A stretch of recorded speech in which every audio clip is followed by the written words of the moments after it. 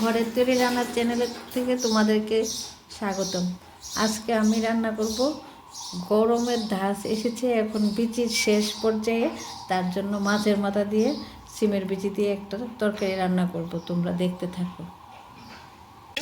আমি সিমের বিচিগুলো সিদ্ধ করে মাছের মাথাগুলো ভেজে ভেজে নিয়ে রেখেছি। এখন এটা সম্বাদ দেবো তরকারিটা।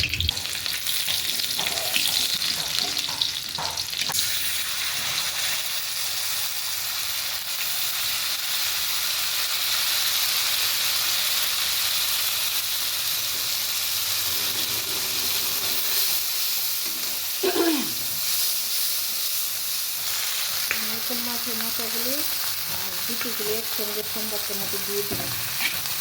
একটু নেড়ে চেড়ে নেবো, নিয়ে ঝোলটা দিয়ে দেবো।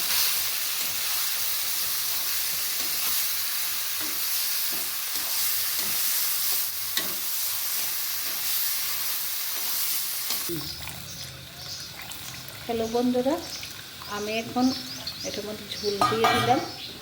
আমার রান্নাটা কমপ্লিট হয়ে গেছে।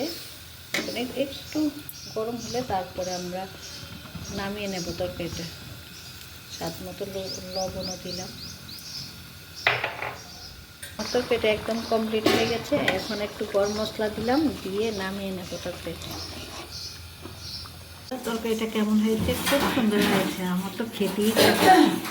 আমার এই তরকারির জন্য তোমরা লাইক করবে, শেয়ার করবে, সাবস্ক্রাইব করবে, কমেন্টে বলবে কেমন হয়েছে প্লিজ।